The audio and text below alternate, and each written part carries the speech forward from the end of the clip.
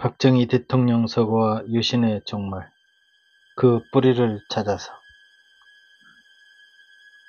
알렉스 헤일리의 소설인 뿌리를 읽었던 기억이 있다. 내가 책을 접한 지는 30년이 지난 것 같은데도 그 감명은 아직도 남아있다. 1970, 80년대뿐 아니라 시대를 뛰어넘어 이 책의 영향은 전 세계적으로 파급되었으리라 짐작된다.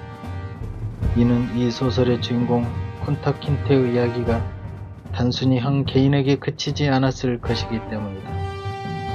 노예로 납치되어 미국으로 온 아프리카 소년인 그는 200년간 그 호선이 겪는 미국 흑인들의 뼈아픈 역사를 찾아 거슬러 올라간다.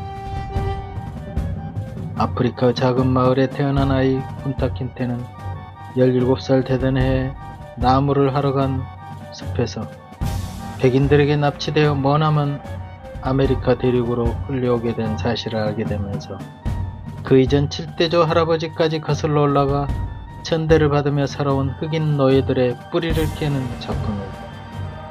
나는 그때도 나의 뿌리를 제대로 알지 못한다면 내가 어디를 향해 나아가는지 알 수 없을 것이란 느낌이 아주 선명하게 떠올랐다. 나의 뿌리는 어떠할까? 이는 역사적 배경을 알아야지 나의 존재에 대한 자각이 열릴 수 있다고 생각한다. 나는 이 땅에 던져진 존재로 태어났는데 내가 있는 지금 이 자리가 어떠한가에 대한 인식은 우선 역사적 배경을 바탕으로 하여 찾아볼 수 있다.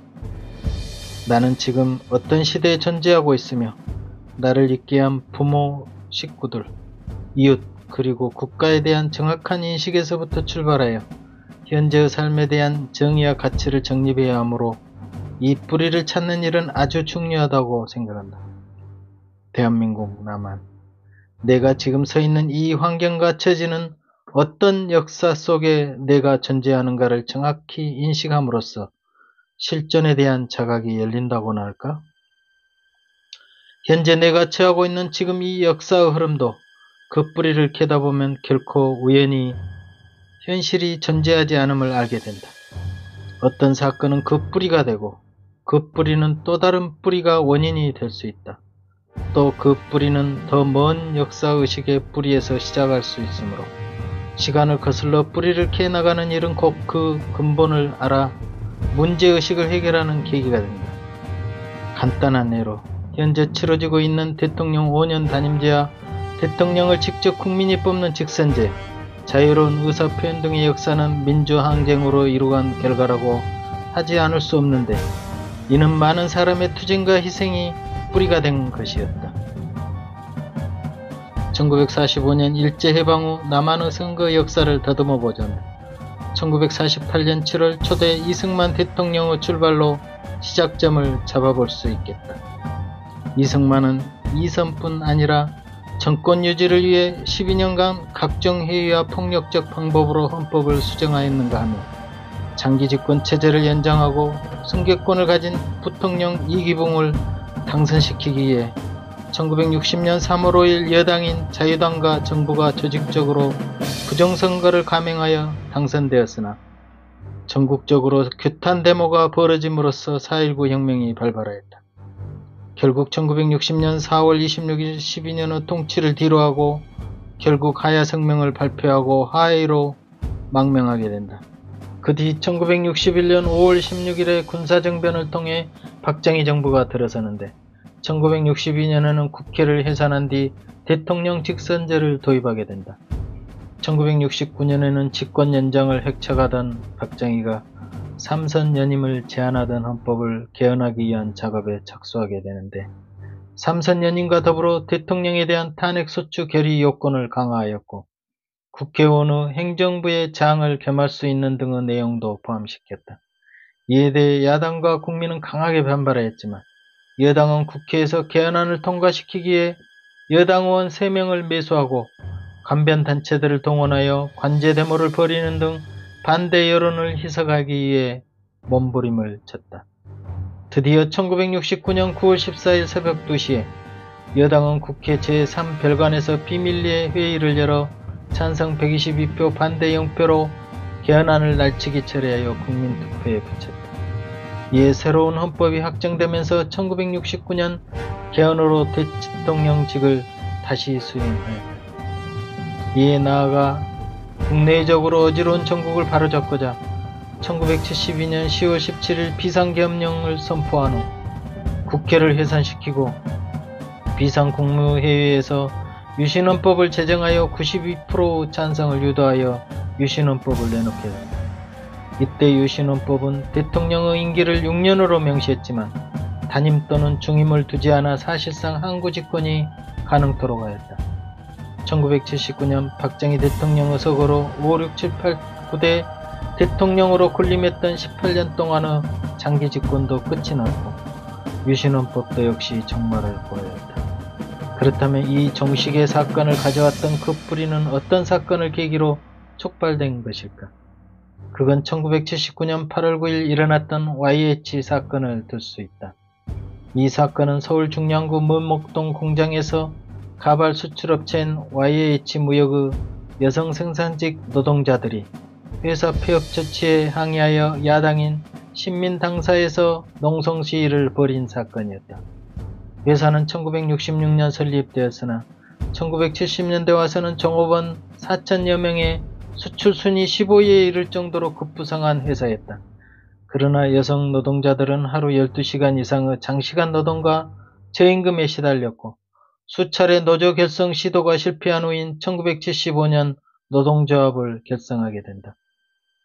1970년대 후반 가발 사업이 사양 산업이 되자 YH 무역 경영주는 경영 부실 상황에서 자금을 해외로 유출했으며 노동자 인원 감축, 위장 휴업, 하도급화 등을 단행하였다.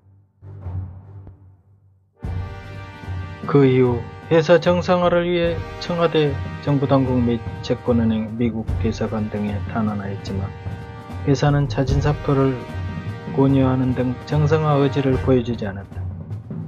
당시 지방 각지에서 상경하여 저임금 노동을 하던 여성 노동자들에게 회사의 폐업은 생존을 이어가는 것이었고 정부 친기업적 노동 탄압 정책하에서 노동자와 노동조합의 권리는 유명무실한 실정이었다.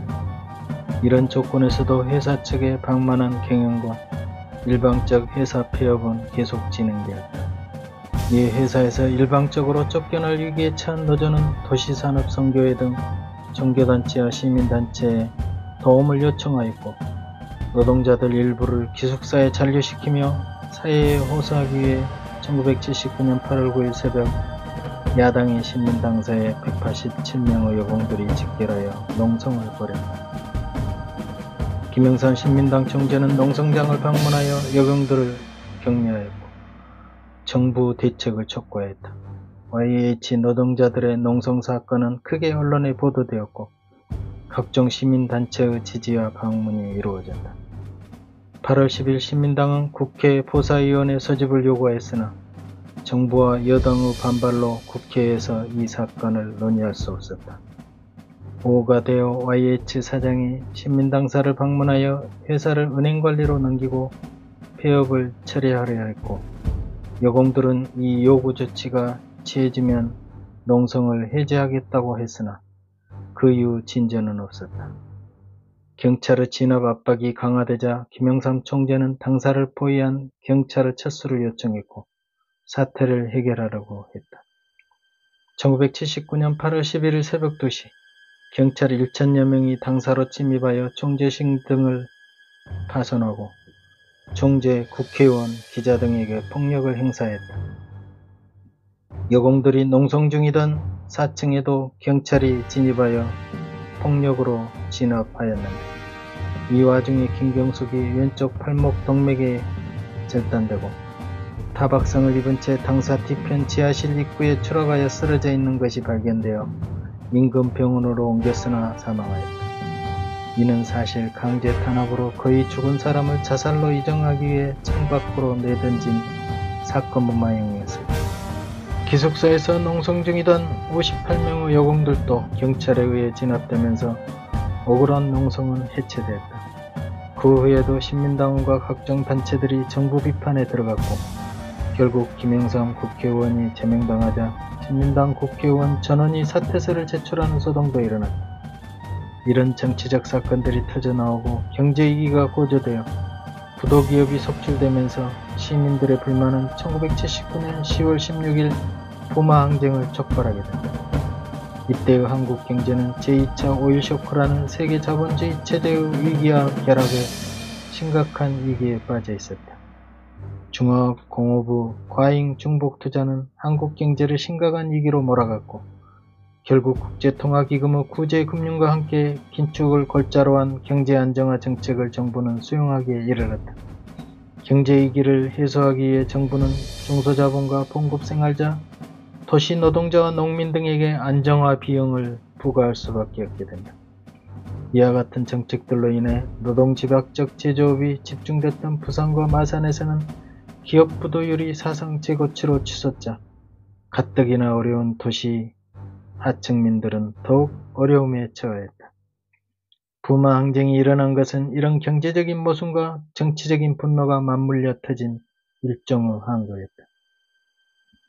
1979년 10월 16일 아침 부산대학교 군의 도서관 앞에서 약 500여 명의 학생이 모여 반정부 시위를 벌이는 것으로부터 시작되었다. 학생들은 유신, 철폐, 독재 타도를 외치며 애국가, 선구자, 통일의 노래 등을 부르며 선봉했었다. 민주선언문에는 학원의 민주화, 언론의 자유, 인권 보장의 신념을 확인하고 제도화된 폭력성과 조직적 악의 근원인 유신헌법과 독재집권층의 퇴진만이 5천만 결의의 통일의 첫걸음이다. 경제의 피를 요구하는 자유와 민주의 깃발을 우리가 잡고 반민주주의 무리, 불의의 무리를 향해 외치며 나아가자 라고 선언하였다. 구호와 노래, 선언문 낭독 등으로 기세를 올린 학생들은 산발적으로 교문을 나가 거리 시위에 돌리겠다. 이때 학생 수는 약 5,000명으로 불어나 있었다. 학생들은 광복동과 남포동 등 부산 시내 중심까지 진출, 애국가 등을 부르는 한편 반정부 구호를 외치며 이를 막으려는 경찰과 곳곳에서 충돌하였다.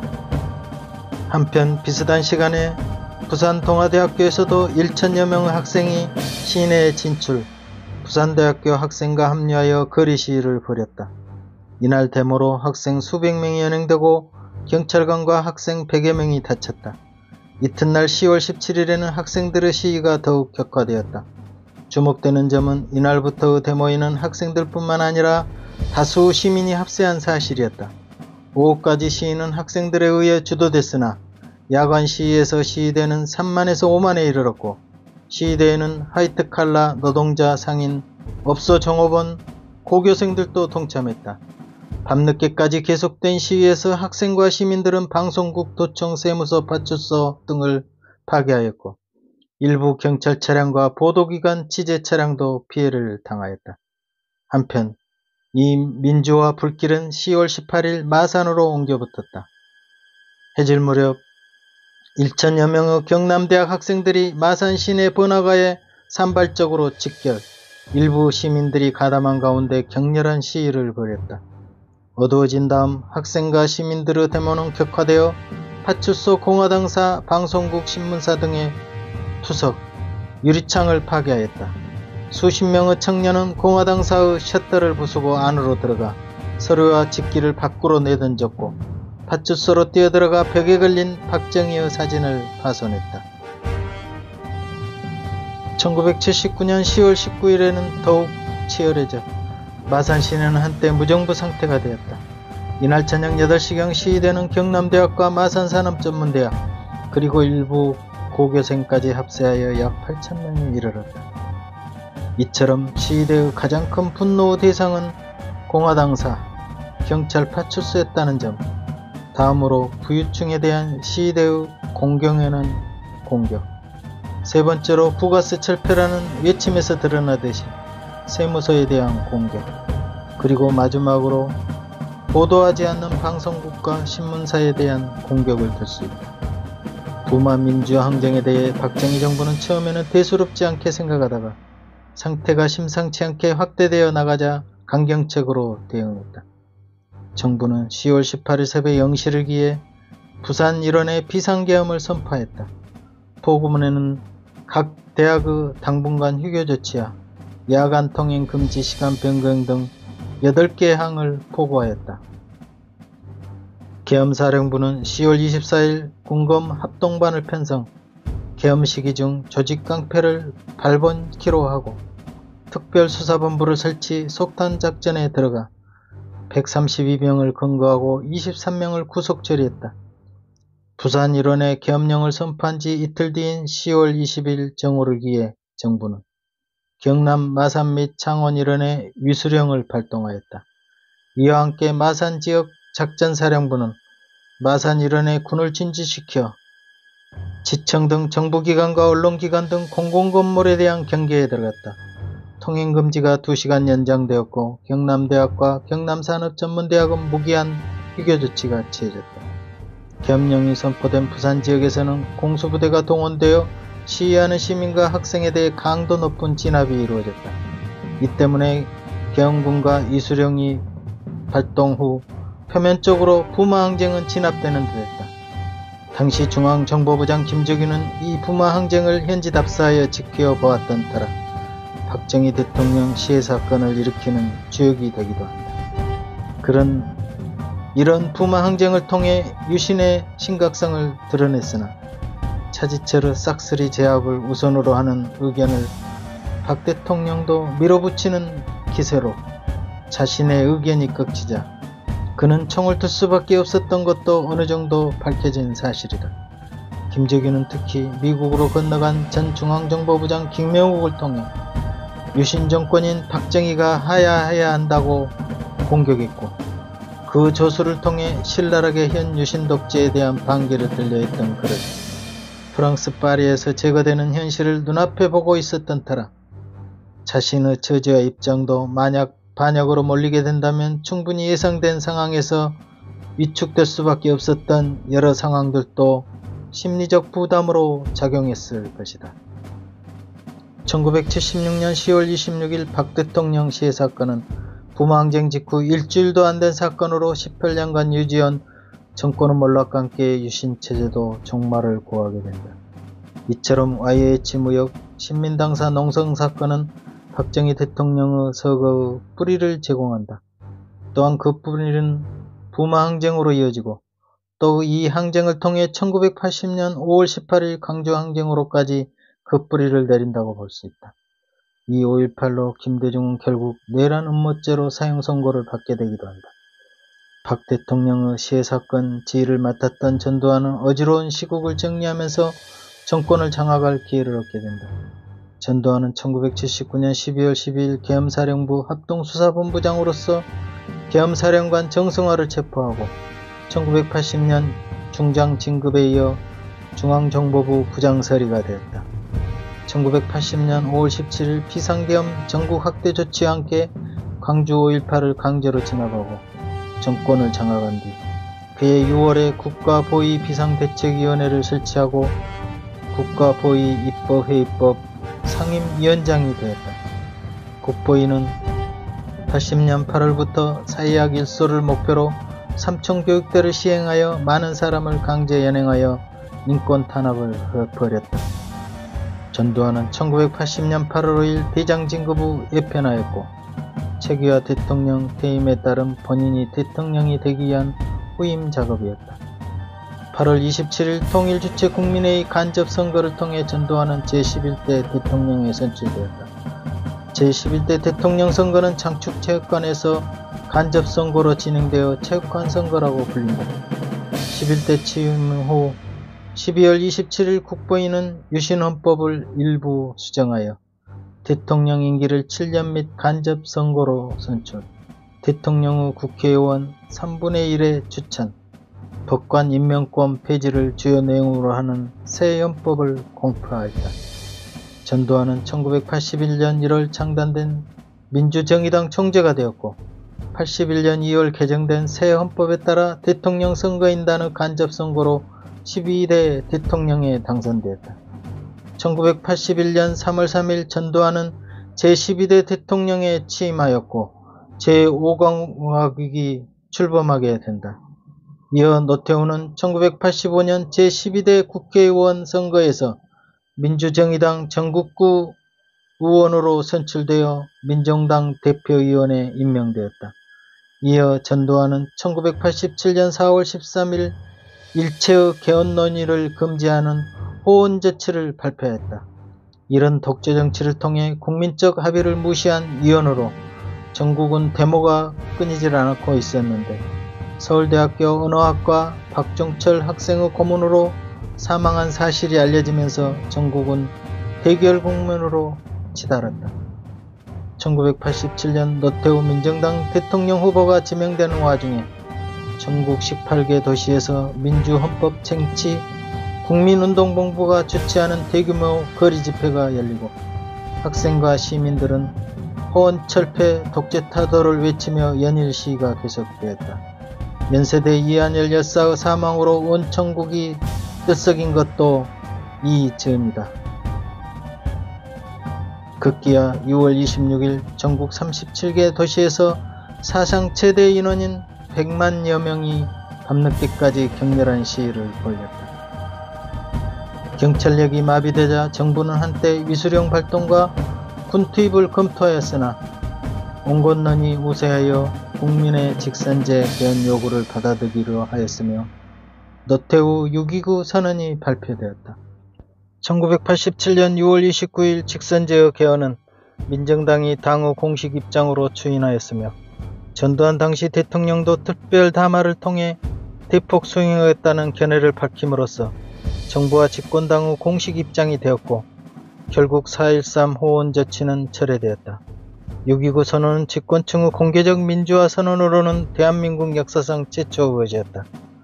더 긴 안목으로 본다면 6.29 선언으로 인해 군사독재를 청산하는 전기가 마련되었고 당시 신군부 강경 억압 전략이 대중들의 요구에 밀려 민주화 타협 전략으로 선회하였으므로 민주화 투쟁의 한 값진 선물로 볼 수가 있다. 또한 민주화를 향한 대결이 거리의 정치가 아닌 선거를 통한 지도권 내의 경쟁으로 변화하는 전기가 마련되었다. 현재 우리가 대통령을 선출하는 직선제와 5년 임기 한 번으로 끝나는 단임제는 이승만, 박정희, 전두환 등 장기 집권에 대한 것을 부정하고 저항의식과 민주항쟁이 바탕이 된 우리 국민의 승리였다. 그 승리에는 박 대통령 서거가 있었고 그 서거 한 뿌리엔 YH 사건, 부마 항쟁이 발단의 불씨가 되기도 했다. 그 뒤에도 민중의 항쟁이 끊이지 않는 가운데 호언철폐 독재타도를 외쳤던 그날의 함성은 위대한 개헌의 창출로 5년 단임 직선제를 일궈낸 것이다. 이는 민초들의 피와 희생으로 이뤄낸 고귀한 결과물인 만큼 깊이 간직하고 고수해 나아가야 할 것이다. 물론 완벽한 선거 제도라고 볼 수 있을지는 계속 두고 봐야 하겠지만 수정사항이 생길 때는 반드시 국민 의사의 반영과 결정이 뒷받침되어야 할 것이다. 역사적 관찰과 그 뿌리는 항상 나의 길을 안내하곤 한다. 그래서 이처럼 역사를 바라보는 관점은 깊게 찾아갈수록 현재 내가 걸어가야 할 길이 더 훤히 보인다. 그래서 정확한 역사관을 바라볼 수 있는 역사적 가르침의 스승들이 많이 있어야 우수들도 그것을 교훈삼아 현재를 더욱 발전시켜 나갈 수 있을 것이다. 불이라는 과거사는 분명 현실을 조명하는데 필수적으로 알아야 할 필요성이 제시된다. 그런 정립 속에서 내가 이 땅에서 해나가야 할 일을 발견하고 또 내 소임을 다할 수 있는 사명의식도 가지게 된다. 우리는 민족 중흥의 역사적 사명을 띠고 이 땅에 태어났다는 국민교육 헌장의 첫 소두가 다시 떠오른다. 역사적 사명의식을 갖는 순간 우리는 진정한 애국심과 내가 가야 할 정의의 길과 또 개척할 수 있는 의지의 길을 걸어갈 수 있을 것이다. 역사의 뿌리를 찾고 나의 뿌리를 찾고 나의 삶의 뿌리를 찾는 것은 계속하여 탐구해야 할 분야이며 이 뿌리 속에서 나의 철학과 사상과 진리도 더 올바른 것으로 수정 또 수정해 나가야 할 것이다. 나는 내면 세계에서 정립을 위해 신앙서적들을 자주 들춰보곤 한다.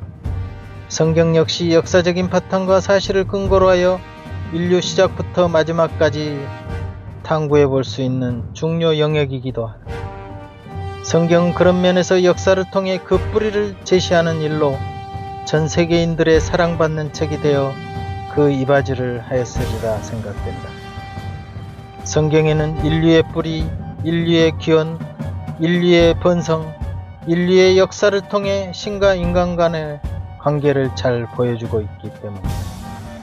또한 인간 구원의 역사를 통해 현 나의 시점에서도 그 은혜의 풍성함을 배울 수 있기에 탐구의 장이 되는 성경을 곁에 두고 상고할 만하다. 또 한 국가를 가지고 살아가는 나로서는 혈육과 현 정치 현실을 좀 더 새롭고 깊게 알아 내가 해야 할 일이 무엇인가를 깨닫는 애국적 차원의 마음가짐도 사는 동안 중요한 의식이다. 그러므로 나의 영혼과 육체의 뿌리를 찾는 작업은 곧 나의 의식을 정립하고 새롭게 일깨우는 중요한 바탕이다. 그런 의미에서 알렉스 헤일리의 뿌리찾기는 지금도 앞으로도 계속 진행되어야 한다.